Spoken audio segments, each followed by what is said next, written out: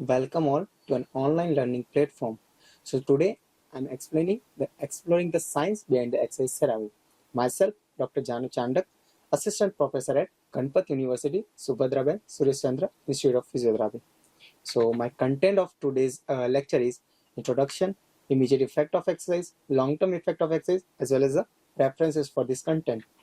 So starting with the introduction, exercise is a repeated rhythmic movement given to body parts to keep it healthy and develop the body motions. So whatever we are doing repeatedly with rhythmic movement will called as a exercise. In ancient world, every individual had hard work associated with this profession, which is lacking in modern world. Like in older times, there are more of a physical work in every movement or every activity, which is lesser in today's modern world. Hence, definite time and regular exercise to be part of our lifestyle is must. Physiological effect is description and explanation of functional changes which brought about a single or repeated exercise session. If you do a single session of exercise or multiple sessions of exercise, any changes in your physiological system, if single change is occurring or multiple changes occurring, it will comes under the physiological effect of the exercise. So effect of exercise is divided into mainly two parts. First is immediate effect and other one is a long term or a adaptation effect of exercise. So in immediate effect, body changes that takes place as soon as we start the exercise. Just like we are starting a shoulder exercise or a knee exercise, the immediate change of body to adapt to that effect will comes under immediate effect. Second one is long term effect. Like you are doing the exercise regularly a week or a month, the physiological adaptation which take place in your body with regular exercise will called as a long term effect. So now starting with immediate effect. So in immediate effect, the rapid increase in energy requirements during the exercise. Firstly, if you start any exercise, your energy requirement will increase. Equally, rapid circulatory adjustment will also done, which will increase need of oxygen, nutrition, as well as remove the end product of metabolism, such as carbon dioxide and lactic acids. The shift in the body metabolism occurs through a coordinate activity. Like all, if your energy requirement is increasing, your circulatory adjustment is getting better, your oxygen need, your nutrition need is getting more. This all will occur in a coordinate motion. So all the activity like neuromuscular, respiratory, cardiovascular, metabolic, or hormonal, all this activity or all this system work coordinatedly. So in immediate effect, there are mainly three portions which get affected. First is effects on muscle, second effects on cardiovascular system, third is effect on respiratory system. So this image is showing whole process like by which your energy requirement will increase, your circulatory demand will get adjusted, your nutrition demand, your metabolism, your remove of waste metabolites, all this taken place like in the given in this image. So first we are going with the effect on muscles.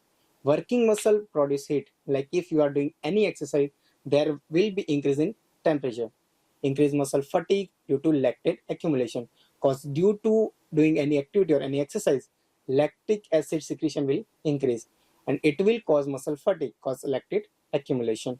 Blood is redistributed to working muscle like shunting to adjust the blood demand. Like if blood demand is increasing, so by circulating manner, this will be redistributed. So on cardiovascular system, the immediate effect, we are still on the immediate effect in cardiovascular system on blood volume, on blood pressure, venous return, cardiac output, heart rate, or on a skeletal muscle. This all will comes under the cardiovascular system effect. So in cardiovascular system, first on blood, mild hypoxia due to exercise stimulate JG apparatus which secrete erythropoietin which stimulate the bone marrow and release RBC. So on blood volume, heat produced during exercise, thermal system activation will be there, sweat secretion, so fluid loss decrease the blood volume. Later on, blood flow to the skeletal muscle during moderate exercise 60 to 80 ml and severe exercise 90 to 120 ml blood flow to the skeletal muscle must be needed. In venous return increase due to muscle pump because every time you do exercise, you do any activity, your muscle pump will be increased, respiratory pump will be increased, splenic vasoconstriction will be there, which will increase your venous return.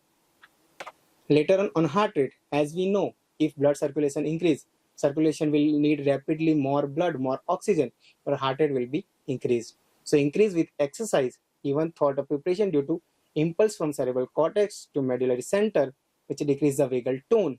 Moderate exercise 180 to 180 beats per minute, and severe exercise 240 to 260 beats per minute can be increase of your heart rate. Increased heart rate is due to impulse from proprioceptor. This impulse act through a higher center and increase heart rate, increase CO2 tension, which act through medullary center. As we all know, our respiratory and cardiovascular coordinate center are in pons and medulla. Okay, later on, raise in body temperature, which acts on a cardiac centers via hypothalamus. Increased temperature also stimulate SA node directly, which help in circulating catecholin secreted during exercise. So this whole picture is giving you idea about how the blood pressure is increasing, which includes baroreceptor, like normal blood pressure, which dilate the blood vessel, as well as bradycardia, which reduce cardiac output. Later on, all this coordinately work and which help to increase your blood pressure. So when you are taking rest after exercise, how your blood pressure is reducing. So this picture or this chart is showing that through juxtamalleolar apparatus, your all over blood pressure getting reduced. Okay, now we are going on to the third portion. Like till now we have completed the effect on muscle, we completed the portion of effect on the cardiovascular system, and now we are moving on to the effect on respiratory system, in which there are four portions which get affected by immediate effect: pulmonary ventilation, diffusion capacity of O2, consumption of O2, and effect on VO2 max. So first, effect on respiratory system. First is pulmonary ventilation, in which diffusion capacity of O2, oxygen, it is amount of air that enters and leaves the lung. Like what is pulmonary ventilation? It is diffusion capacity of oxygen. It's amount of air that enters and leaves the lung during 1 minute. So in normal condition, your pulmonary ventilation will be around 500 ml into 12. Like you are taking 12 to 16 breaths. So during exercise, it can be lead up to 60 liters is equal to 2000 ml. Okay. In severe exercises, it can go up to 100 liter per minute also. Factor responsible for increased pulmonary ventilation is higher center chemoreceptor like central and peripheral, proprioception, body temperature, and acidosis. In diffusion capacity of oxygen, O2 diffusion capacity increased from 21 ml per minute to 45 to 50 ml per minute because of increased blood flow through pulmonary capillaries. Like whenever you are doing exercise, your diffusion capacity will increase from 21 ml per minute to 45 to 50 ml per minute. Consumption of O2 consumption increase. As you do exercise, your oxygen demand will increase, which will increase your consumption of O2. So during exercise of any muscle, vasodilation cause greater blood flow to muscle, which cause greater oxygen supply to muscle. Later on, oxygen utilization by muscle is directly proportional to amount of oxygen is available. Effect on VO2 max. It is amount of oxygen consumed under maximum aerobic metabolism. Like VO2 max is equal to cardiac output and amount of O2 consumed by muscle. In normal healthy male individual, 35 to 40 ml per kg body weight is normal range, and for female, 30 to 35 ml per kg of body weight per minute is normal range. So during exercise, it increased by 50%.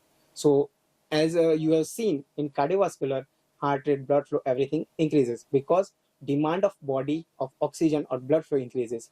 Here also, same effect on respiratory system, it will increase your diffusion capacity, your effect on VO2 max, as well as other all the system like pulmonary ventilation, diffusion capacity of oxygen, consumption of O2, as well as VO2 max. It is increased because your body demands more oxygen, more nutrition, and more flow. Thank you.